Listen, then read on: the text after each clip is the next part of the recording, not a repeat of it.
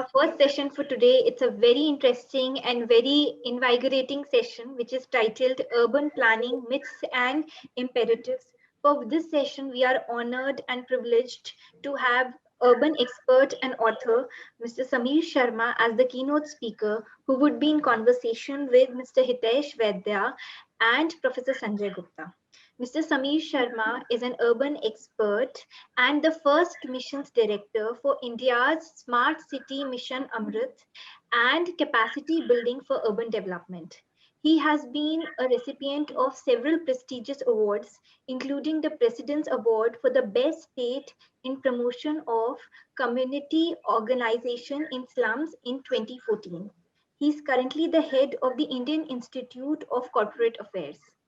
Mr. Hitesh Vaidya has more than 20 years of experience in the field of urban development policy and project formulation and assimilation for various UN and World Bank projects, and he's currently leading the National Institute of Urban Affairs, New Delhi. Professor Sanjay Gupta is an expert and professor in the field of transport planning, and he's currently the head of urban planning department at the School of Urban Planning and Architecture, New Delhi. He has more than 3 decades of experience in the field of transport planning and urban development. I request our audience to please write down their questions which they have from the esteemed author and the discussants, either in the Q&A box or the chat box. And I request Hitesh ji to please carry forward the session. Thank you so much. Thank you. Thank you, everyone. And good evening from India. Happy New Year to everyone also. And thank you, Raghav Chandra sir, Sameer sir, and Sanjay ji as a panelist here. This is a great proud moment for me personally to be in conversation with Dr. Sharma about his book. If I may say so, the way Lord Krishna always guided Arjuna's agitated mind to find the true essence of life, in my opinion, this book, two somewhat essays, a role for the similar role for the budding urban student as it answers multiple queries on the future of urban planning in the country. I think this is a great book which intends to connect prevailing urban practices with planning principles. And it rightfully recognizes how Indian experiences and its Indian cities' experiences are different from that of the West, and how these theories can really be applied, but has to have more contextual Indian, Indian platform to do a look at that.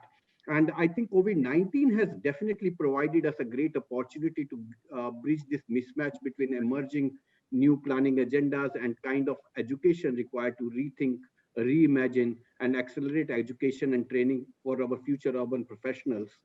And this book tries to harness both intellectual and material planning perspectives for shaping cities through the formulation and implementation of policies, programs, and projects. And we have Dr. Sharma, who is a great author, rather than I talking about it. What we have thought out, we will have a conversation and dialogue with Dr. Sharma and ask him about his book and get the perspective which he brings in, and he wants to the future urban planners to really think about the new transformation journey for the country. So, sir, thank you very much for being with us. And I'll start with things with the same topic which you have talked about, planning. And can you please briefly explain about planning myths and implementation covered in this book? And in that context, even summarize the main contours of the book. Sir, over to you. Thank you, Raghavji, for calling me, and Hitesh and Dr. Gupta. The myth is that there are simple answers to India's urban problems, and just by introducing a few Western ideas, one can solve them. The imperative is to step beyond the objectivity of this Indian urban experience and looking at it from a Western point of view. At the same time, we have to use the frameworks and experience of the West as a lens to better understand the Indian urban landscape. Let me quote from Dipesh Chakravarti. For generations now, philosophers and thinkers have produced theories embracing the entire humanity. As you all know, these statements have been produced in relative and sometimes absolute ignorance of the majority of mankind, that is, those living in non-Western cultures. This in itself is not paradoxical, for the most self-conscious of European philosophers have always sought to theoretically justify this stance. The everyday paradox of the third world social science is that we find these theories, in spite of the inherent ignorance of us, eminently useful in understanding our societies. What allowed the modern European sages to develop such clairvoyance with regard to societies of which they were empirically ignorant? Why cannot we once again return the gaze?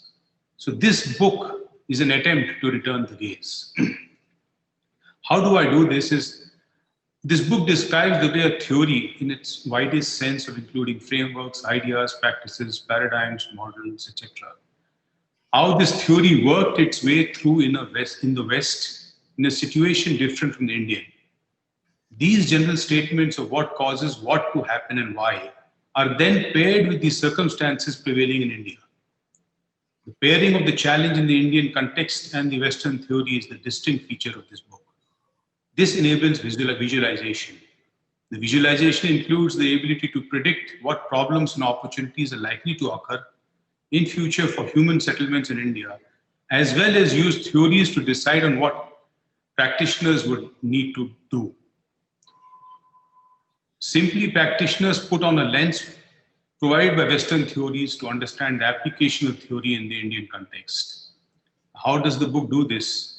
This book rarely provides direct answers. What it does is to allow readers to run questions through a theory in their minds so that they know what the theory says is likely to be the result of one course of action compared to another. As a result, visualization is enabled and learners get to know what to think and how to think in the Indian context. Now, I have divided the evolution of Indian cities into 4 stages. The first is before the British rule, that is up to 1857. Then the colonial imprint from 1857 to 1947. Then the contrived development by India 1947 to 1991. And the last is globalization and urbanization, which is from 1991 till the present time. This book has 7 chapters. The first 2 chapters are up to 1991. And the first chapter deals with what we call inter-urban structures, that is the hierarchy. How are the cities placed in a hierarchy? The largest cities, Bombay, Delhi, etc. Then the next largest like this. The second deals with the intra-urban hierarchy, that is what happens within a city. What is the structures and the shapes within the city? The third chapter deals with these structure and dynamics, or the spatial structures and how they evolved in Indian settlements after 1991. The fourth chapter deals with regional development, the fifth with urban planning, and the sixth with urban governance, and the last with social landscapes.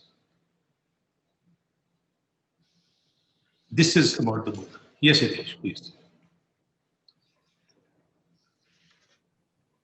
Thank you, sir. I will ask Professor Sanjay Gupta to talk about it, because both of us will be alternative talking about it. So I'll ask Gupta to proceed.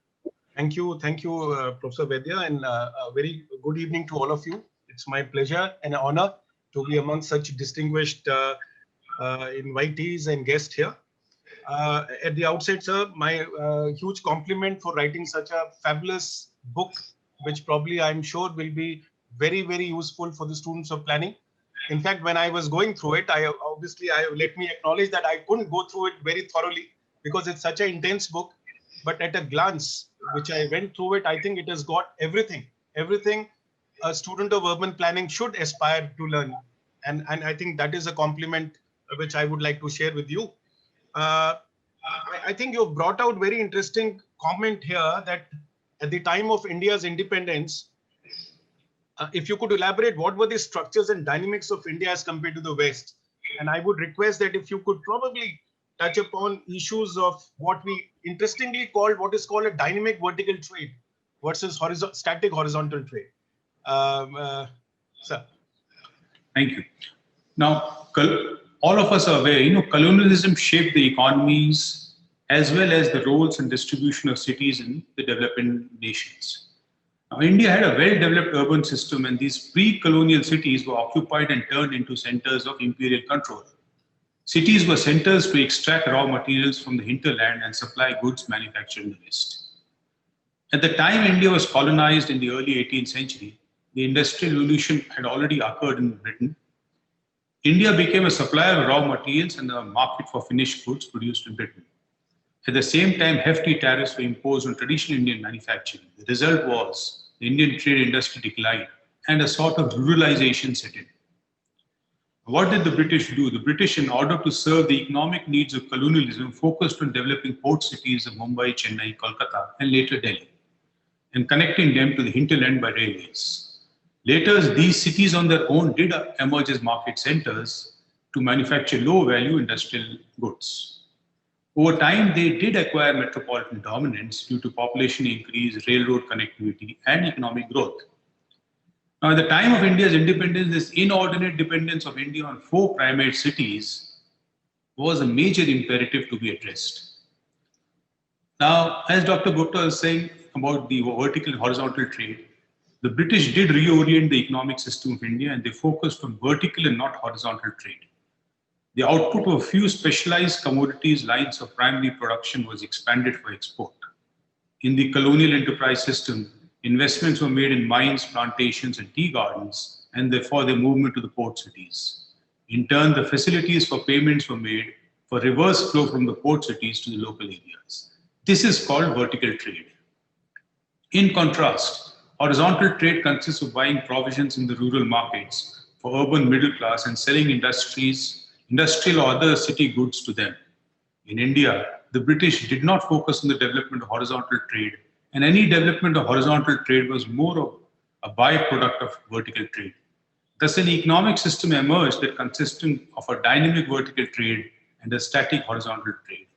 Importantly, the vertical trade was all connected to the metropole called London. So this is an imperative to be addressed.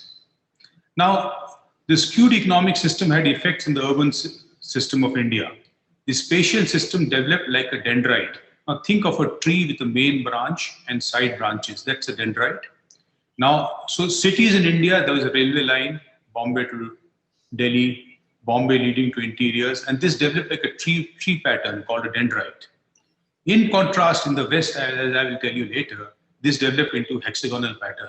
Hexagonal pattern is one city like, say, Delhi, with 6 smaller cities surrounding it. Those 6 again surrounded by 6 smaller cities. So you have these layers of hexagonal patterns with smaller settlements surrounding a larger city. Now this dendrite system consisted of 3 components. One was the major port cities with strong linkages to Britain, the 3 port cities.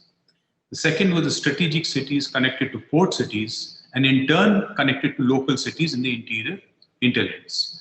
They build linear forms of transport links to connect port cities to strategic cities to what we call bulk exports, consolidate purchase of primary products, and break wholesale lots of consumer goods for distribution through small markets.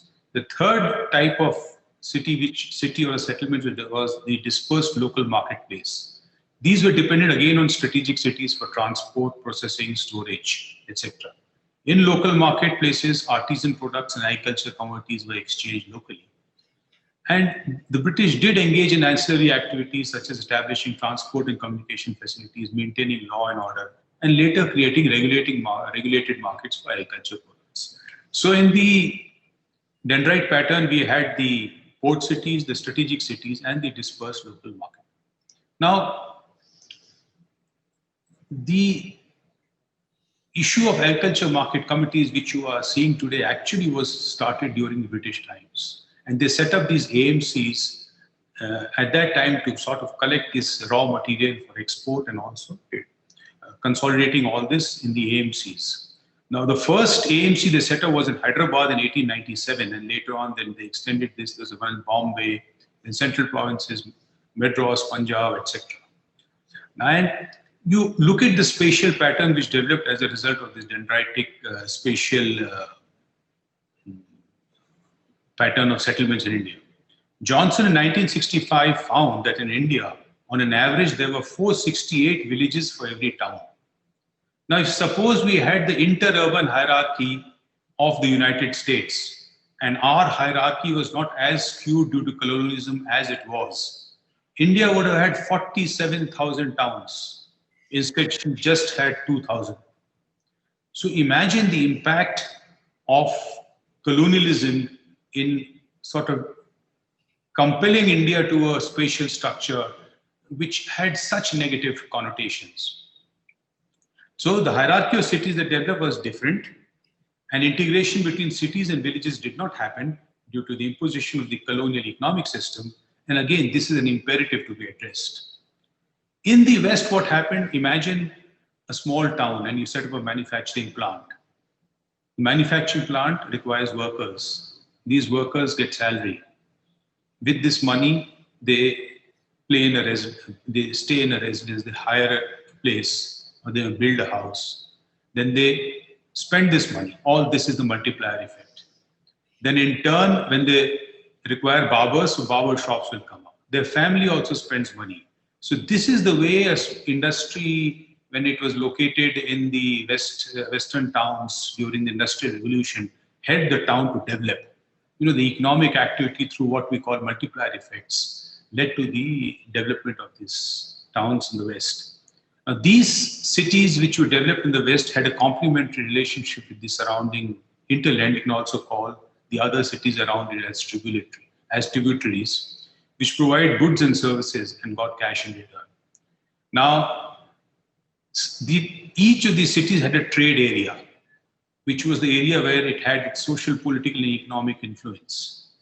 And this trade area was hexagonal shaped, which is the most efficient form for cities to be located next to one another. This did not happen in India. In fact, in India, it could be circular or it could be actually no shape. So you had this sort of punctuated cities in India throughout. There are none of these what we call the central places with hexagonal trade areas. And this sort of a very bad economically driven spatial structure of India, was one of the major reasons for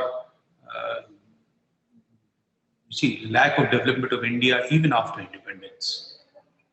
Yes, please. Thank you, sir. And you, I think, very nicely explained how cities of economic aspects and physical aspects of cities really shaped, how Indian cities got shaped during the after the independence and all. But what do you see, sir, after the post-independence? How do you really look at how did the Indian urban system post-independence really evolved, and was contrived development able to measure up to India's imperatives? After independence, right up to say 1991, there was contrived development by government. I call it contrived development because it was largely led by the 5-year plans. 1991 is a key year because, of course, all of us know India opened up. Another was that the National Commission on Urbanization was set up in 1985, chaired by Charles Kogia, and I guess the vice chairman and one of the members was Mr. M.N. Butch from the Madhya Pradesh cadre, another one of the legends in urban sector in India. Now, so this contrived development period, the entire urban development was subsumed within the 5-year plans.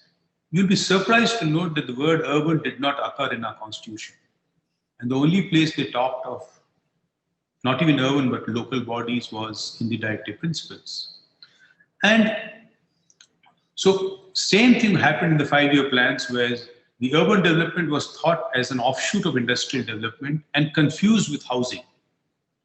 And they thought that once industrialization happened, urban development would happen automatically. So after partition, around 15 million people were compelled to relocate as refugees. So naturally, the first 2 5-year plans were completely oriented towards housing and rehabilitation of the refugees. And they set up rehabilitation colonies in Delhi, Mumbai, Ahmedabad, UP, Kolkata. Center provides subsidy. And this scope of housing was expanded during the late 50s or the second 5-year plan.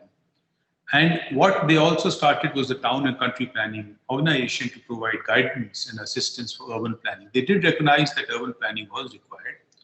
What the TCPO did was they took the British Town and Country Planning Law and made a model Town and Country Planning Law, and then gave it to all the states to prepare their own Town and Country Planning laws.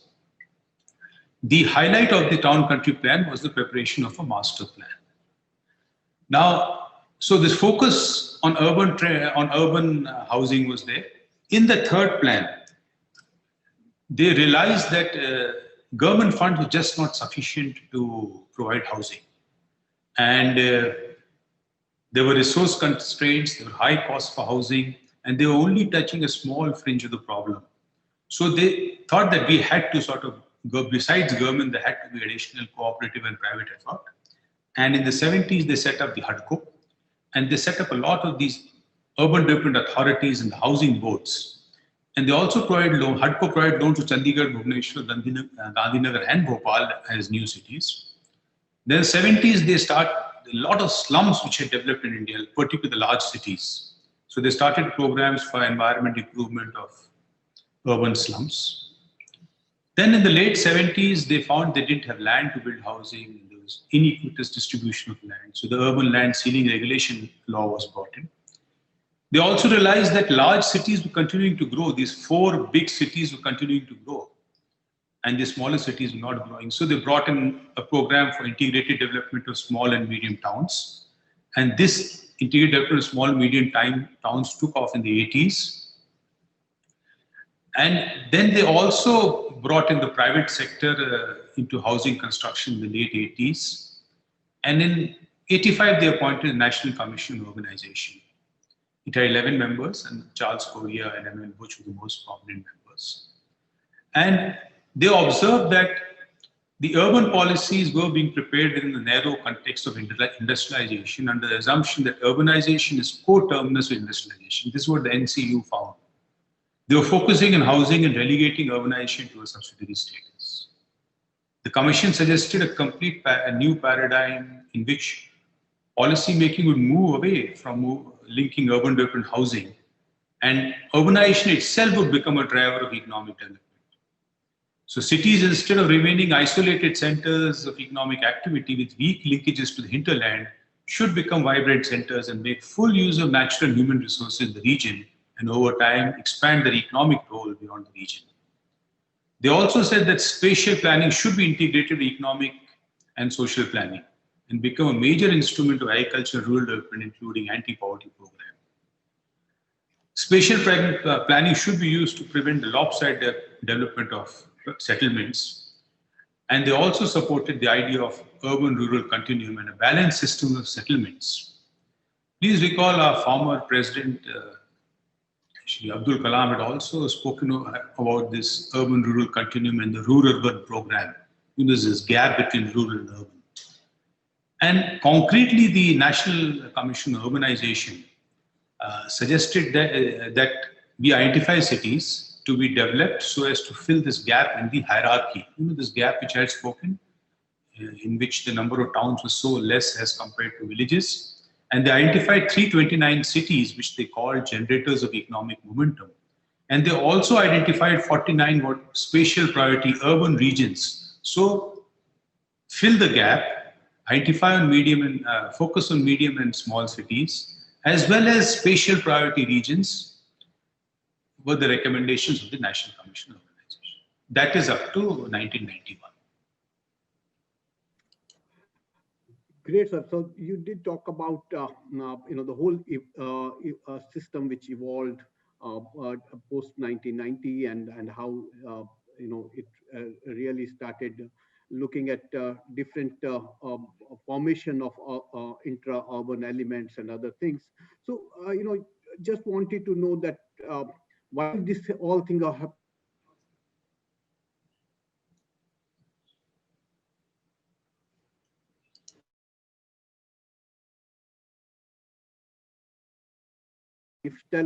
How did this be started convergence towards looking at evolving urban system within this country?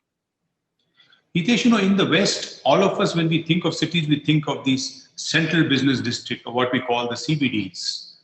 Now, CBDs was the place which developed during the Industrial Revolution. Railway lines were built in and out of CBDs, and industries were located. And, that was the place where this manufacturing happened, and lots of raw materials came in, and the distribution of finished goods went on from there. So we had the warehousing, the distribution networks, everything. This was what the West called the monocentric city. Okay. After World War II, this CBD lost its importance, and we got to see in the West what we call the polycentric cities. In a polycentric city, there are several downtowns located around the earlier major city. And one major contribution to this suburban expansion was the development of transport networks and the use of personal automobiles. And these suburban formations are called by different names like mini city, metro towns, and the most famous as edge cities, which was the name given by Joel Garreau in the 90s to these suburban formations. Now, so in the West, you had the monocentric city, then you had the polycentric cities developing. What happened in India at the same time? 1991, India opened up. The spatial impact of this was that industries could be located in cities if they were non-polluting. If they were polluting, there was no restriction on cities up to 1 million. But above 1 million, they could be located within beyond 25 kilometers from city limits. So the 1991 also opened up the space around cities, small cities, and encouraged the non-polluting industries, electronics, computer, software, printing. Now, since the 1990s, this IT-enabled back office services outsourced from the West have become the key driver of Indian economy. And this was a result of confluence of several factors. One was there was an exponential advance in information communication technologies. The second was the Y2K. In the year 2000, they were thinking it all collapsed. So they put a lot of money and research into ensuring that the information communication technologies sort of went on without any disruption when the year 2000 came. In India, at that time, there was a deregulation of higher education. Recall up to late 80s, there's hardly any private colleges.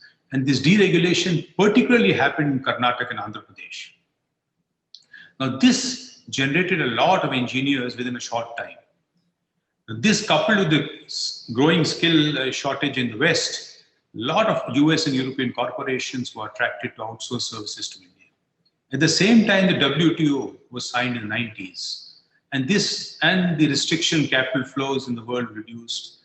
Multinational corporations could deploy capital anywhere in the world without fear of repatriation of profits. Finally, geography worked for India. There's a 12.5-hour difference between India and the Pacific Standard Time. This allowed Indians to perform maintenance and re-engineering tasks for US customers by accessing the computers after regular users in the US went home. So while US slept, India worked. At the same time, the central and state governments also became entrepreneurial. The state governments themselves became entrepreneurs, particularly the state governments of Karnataka, Andhra Pradesh, and even Haryana. And the Indian government also provided 20 years of tax holiday under the Software Technology Park Scheme of India, extended by another 15 years. And state governments also gave a lot of incentives. So cities which had a lot of land around them, had educated workforce, developed. And this competition between state governments also happened in the US and is called competitive boosterism. At the same time, in the US also there's a growth machine. And the growth machine in the US sort of mirrored the growth machine in India. And I'll soon tell you about Gurugram and Bangalore later also, in which, there were these people with land, there were these, the political executive, the bureaucratic executive, the bankers, all of them combined to bring about growth.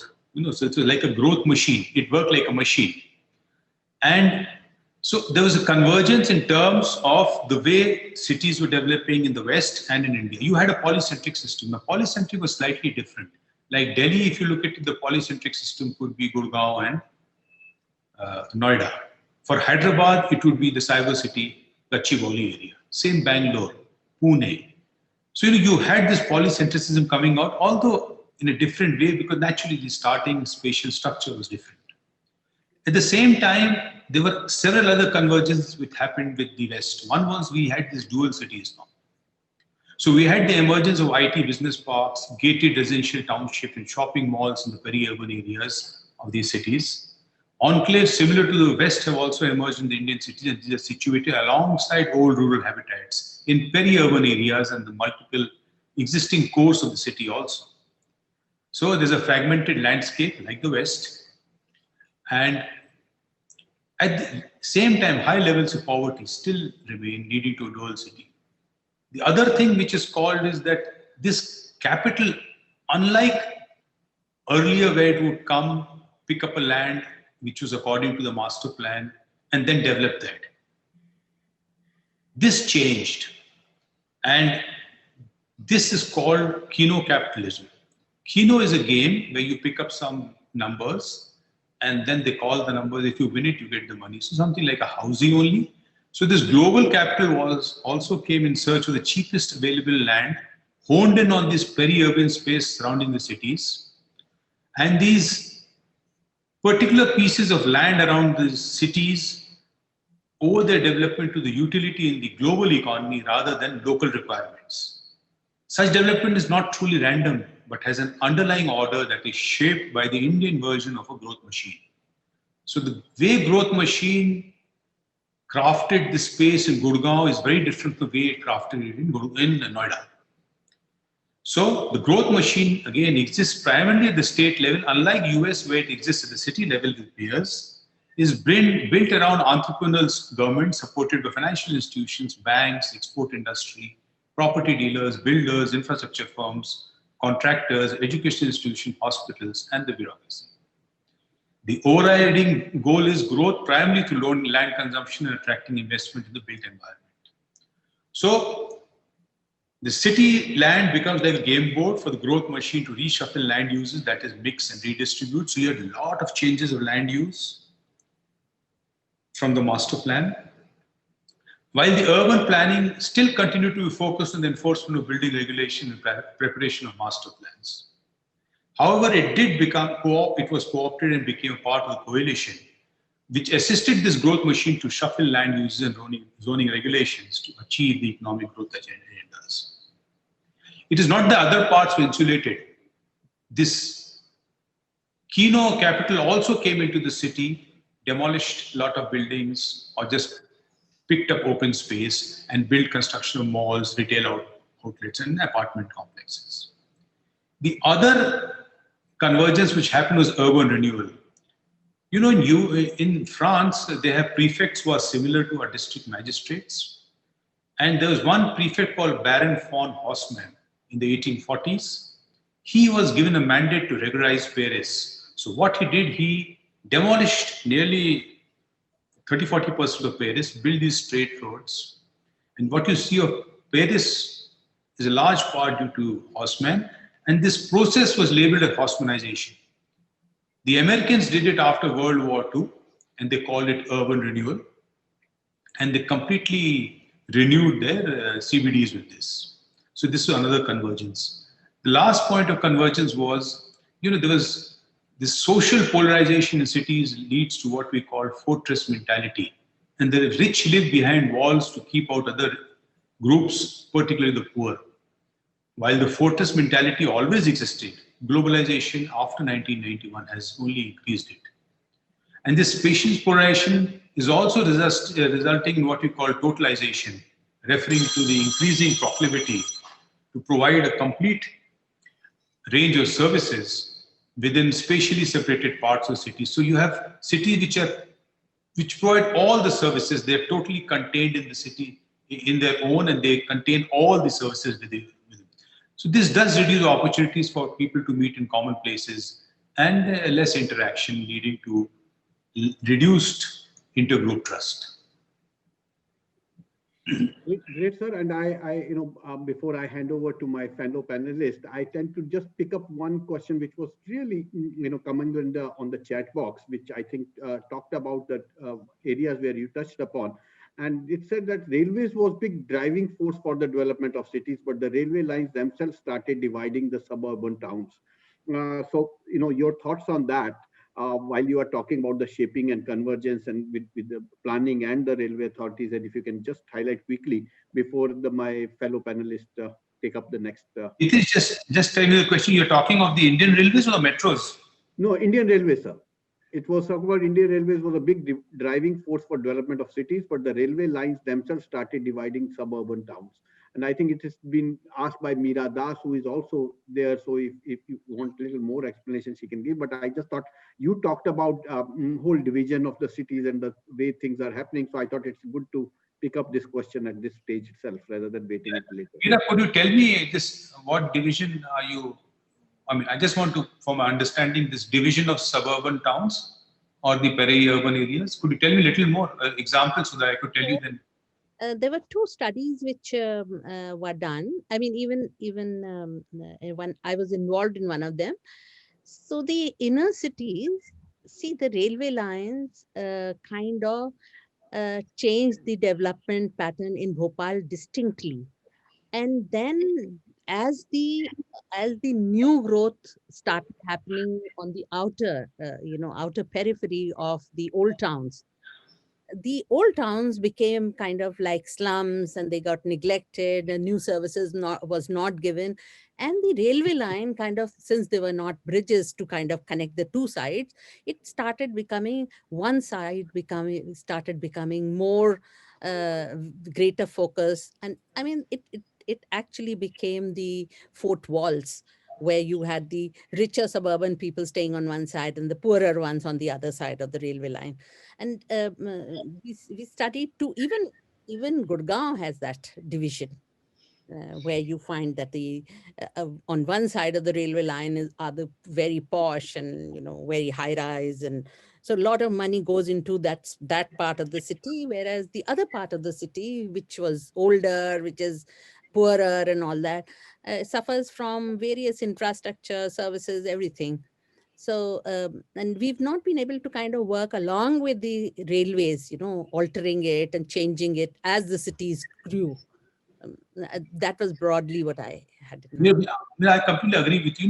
Railways in India, railway lines in India are associated with a lot of, settlements. The poor people, one of the places they used to come to a city and stay was the canal banks or the railway banks. We call it the railway banks because there was land available, right?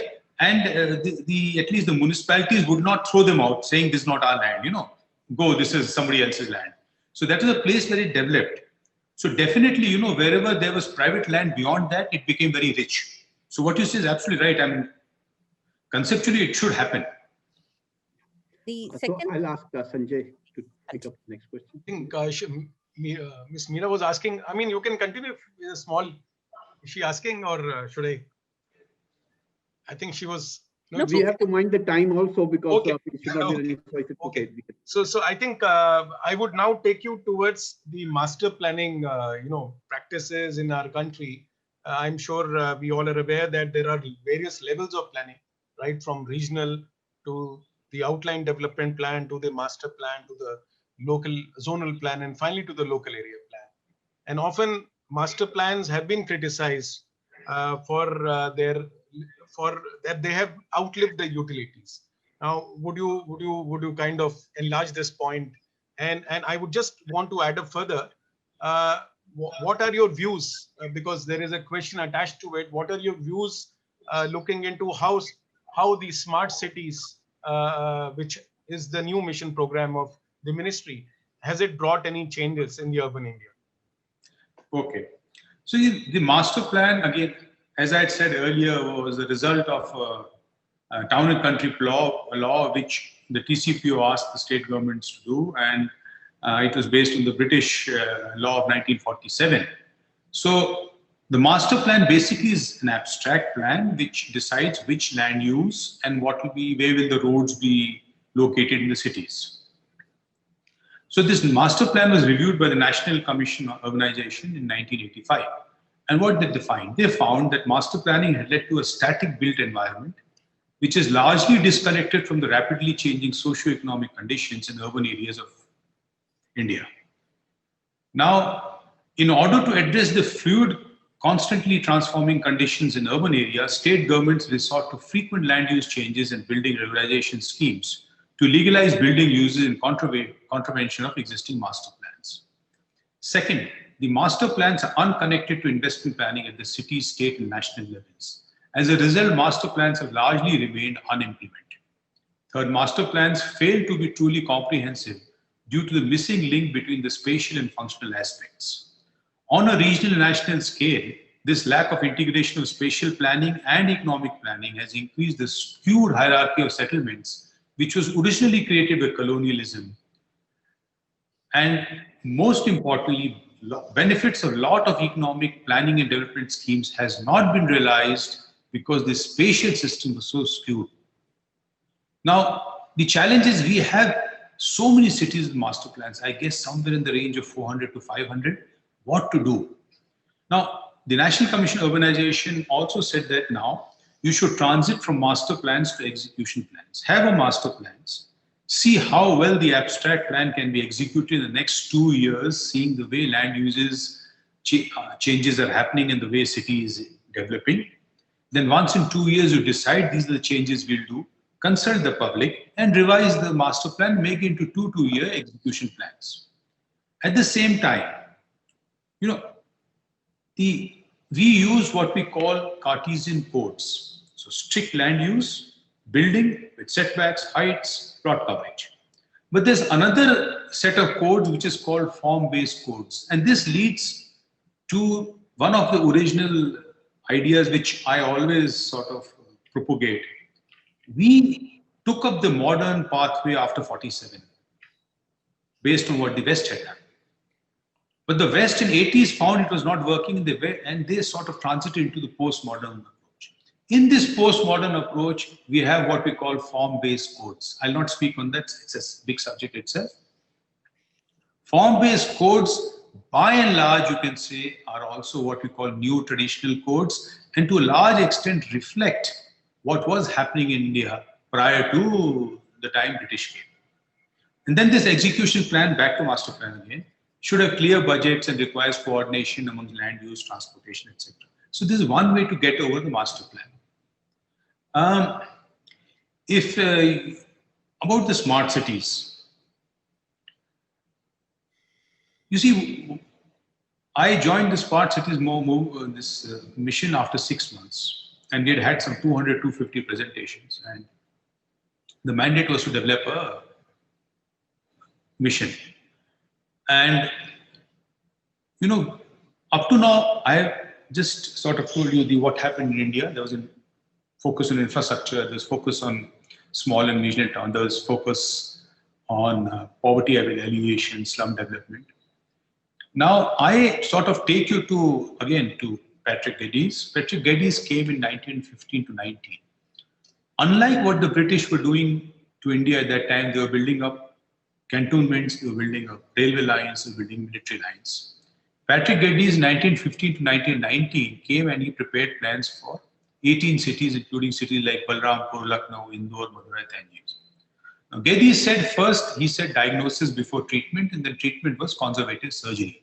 So you would go into a locality like, say, Chandni Chowk, do detailed surveys, and then recommend a conservative surgery. In fact, today, the development of Chandni Chowk, if you look at it, is what we call in urban planning a postmodern intervention, and to a large extent is what Patrick Geddes had thought would work for India.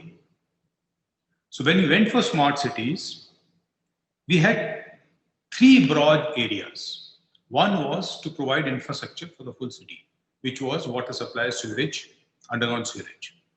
The second part was to integrate the interactions between the citizens and the built environment using digital technology. So how we do it? You're driving a car, there'll be a camera which takes a photograph of you crossing the red light, and automatically you get a ticketing. So this sort of capturing the interactions of citizens with the built environment digitally. The third and the most difficult was you pick up these earlier settlements in India like Chandni Chowk, Karol Bagh, etc., make them pedestrian, improve them, improve the environment, which means you redesign them. And at the time of the Smart Cities mission also, we knew this was the most important and would take the maximum time. And this is what has happened. Infrastructure, Amrut has taken off. The integrated 2C centers, command control centers, more than 50 cities are established. Area-based development, which you used to call, has been the most difficult. And the perfect example is Chandni Chowk or Bangalore or in Chennai. They've just done, and they were telling me the chief minister said they wanted to expand it to other cities. And I was reading just 2 days ago that Saudi Arabia is building a linear city. And this city will not have any roads. It'll have no roads, no cars. $500 billion, this city. So this development of localities, upgradation of localities based on postmodernism or for India, what Geddes had proposed, and the contemporary connotation of Geddes or what we call in urban planning, new urbanism. I mean, I don't want to go into a lot of this jargon, but generally it was supposed to take into consideration the prevailing historical styles on streets, recognize the varying preferences of house owners. Here, there are house owners who follow Vastus, who give them that freedom within the plot coverage. Somebody wants an open balcony, another wants a closed and projecting one, while somebody prefers a decorated window. So this, looking after the individual preferences of house owners.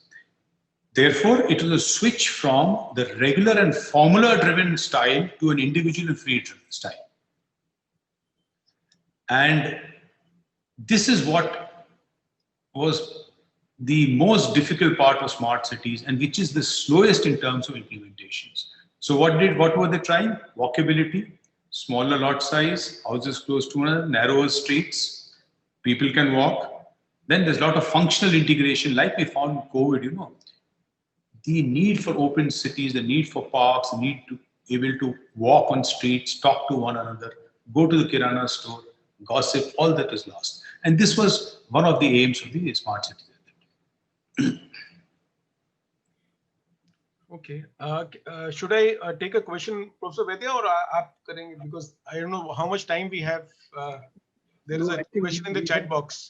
Yeah, I think we have a little running short of time and minding time. I will just talk about it. Sir, you talked about Patrick Geddes, you talked about master planning, and also I think I'll just quickly think one of the biggest concern is this within our governing system is fragmentation of roles and responsibilities at the institutional level, at the local level, and there was where does the buck really stops.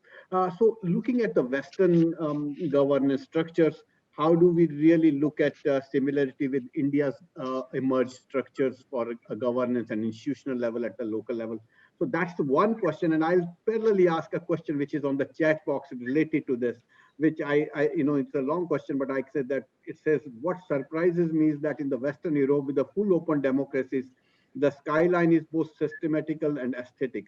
What special laws exist in Europe which gave a flip to the amazing architecture? So it's like, how did we manage the beauty which is happening in the housing and built environment in Europe, whereas why can't we manage in our cities that? So I think it also requires who really governs our city. So if you can really highlight that. Hitesh, surprisingly, we think that in US mayors are very powerful. They are in some cities, but they have, we can say, 4 systems. One is a weak mayor system. The weak mayor system, mayor hardly has any powers.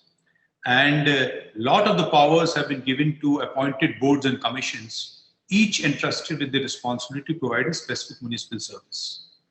And the weak mayor system was created to shield municipal operations from the unwise actions of what the Americans call ill-trained, power-hungry or partisan mayors.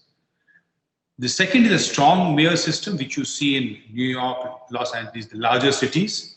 And this mayor works something like the US president with a lot of checks and balances through council confirmation on his appointees, etc. Then we have there's a commissioner system, which we will recognize as we have the administrators or special officers in cities.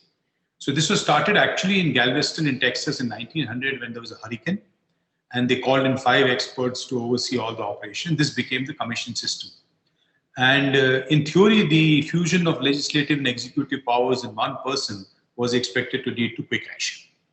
This was replicated several places, but in the recent past, cities have gone away from this. And presently, the only large city having this is Portland. Now, then we have the council manager system, and this council manager system was to have a professional city manager, and so started in 1908 in Virginia. And this proved successful, and then this was implemented in Dayton, Ohio in 1913. And today, more than half the cities have this council manager system. And this is particularly popular in mid-sized cities. And in this system, the council appoints a professionally trained manager who is given charge of day-to-day affairs. And there are several advantages, of the council manager system. But there is a complaint that they're not that politically savvy. And, mayor is held responsible for everything, but the powers lie with the council.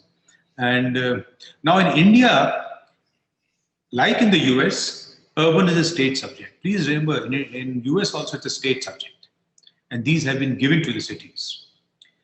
However, unlike US, except for Article 40, there is no mention of urban. It was only in 73rd and 74th Amendments in 1993 that urban was recognized as a place where there had to be a governance structure. And we had 3 types: municipal corporation, municipal council, and the Nagar Panchayat. This classification shows that the parliament recognized that these 3 types require different types of different types of governance structures.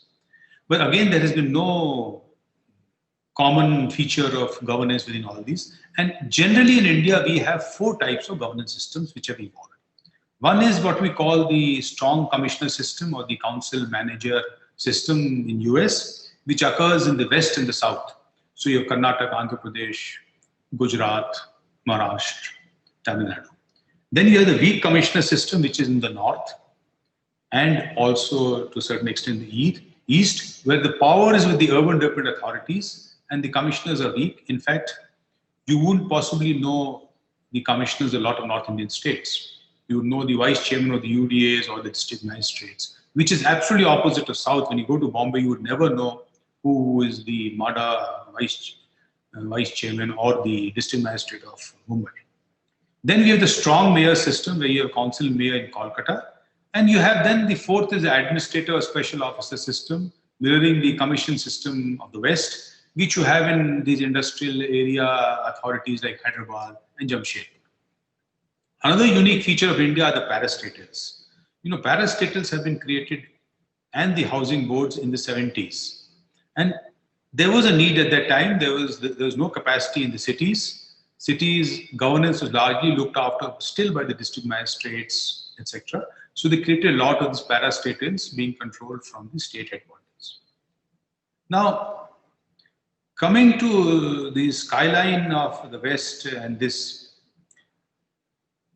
what happened in the West, first was a blank slate, particularly in the suburbs. It was land. So they could build the way they wanted. Second was, particularly in the US, the central business districts were torn down by what we call urban renewal or homogenization.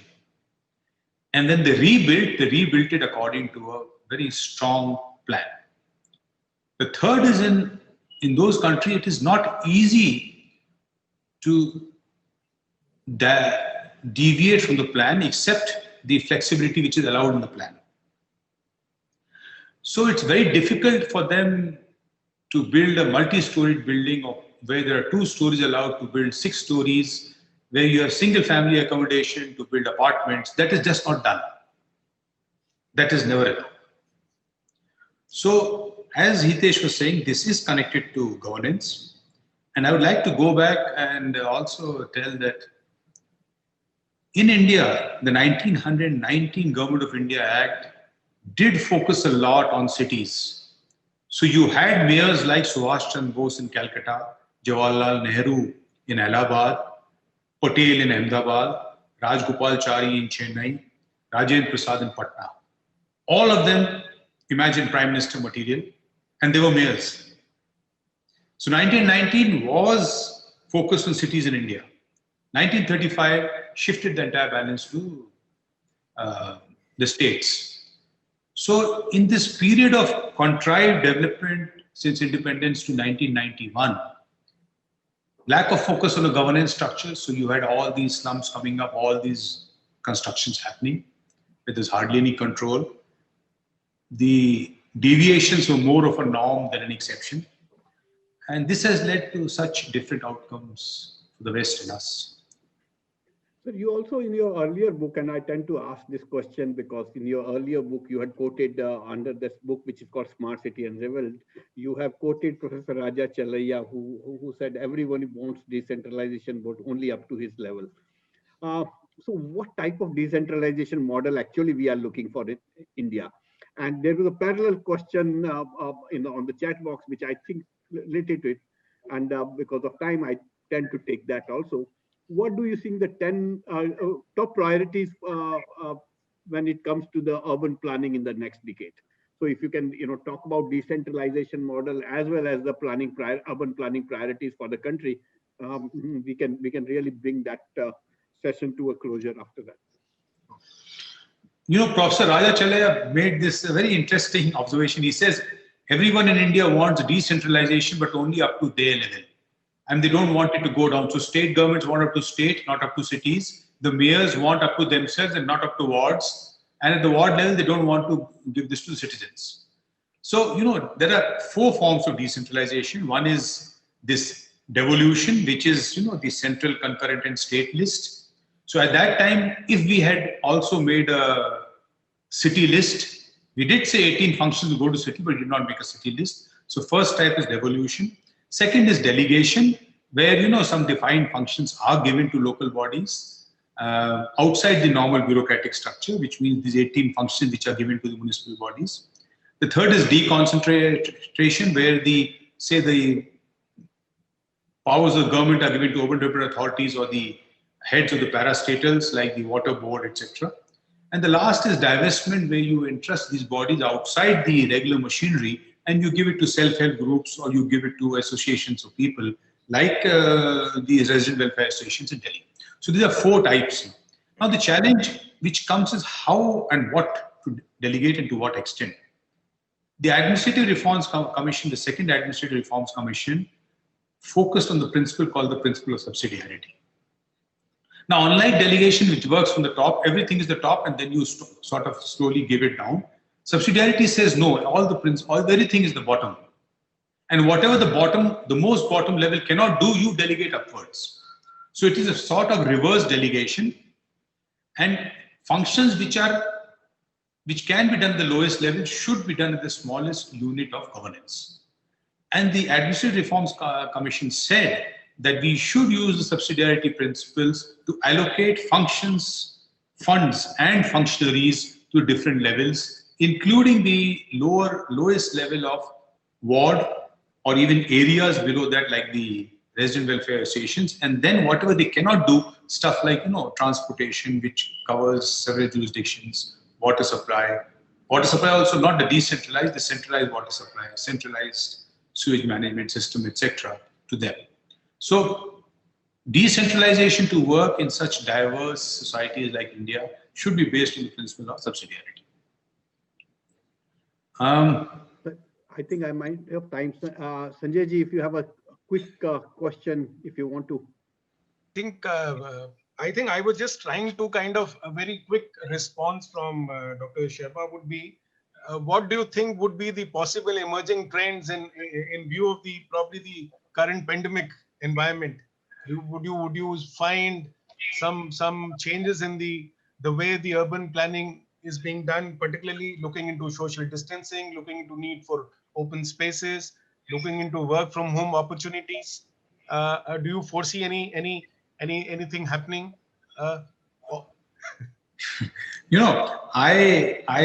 Last week I wrote an article on making, making local vocal, Honorable Prime Minister's slogan on how we can apply it to urban planning.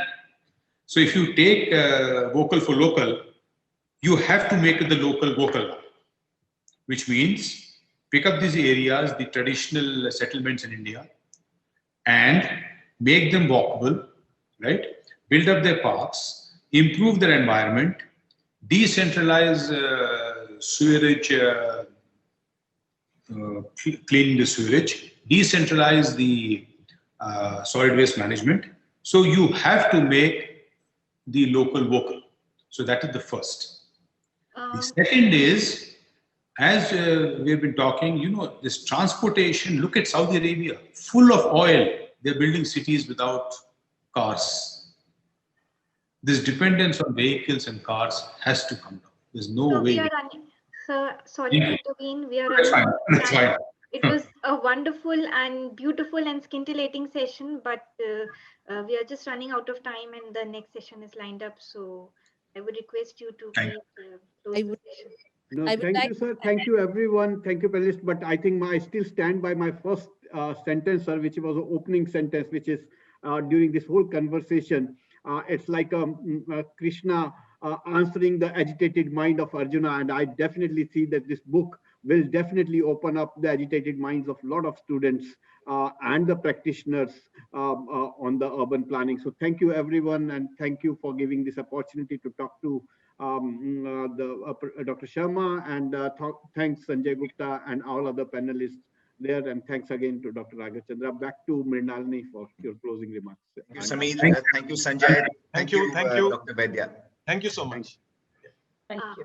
Thank you so much, Dr. Sameer, Professor Sanjay, and Hitesh ji. It was invigorating and enlightening session. We learned a lot of new perspectives on urban planning and various nuances of town development and smart city development.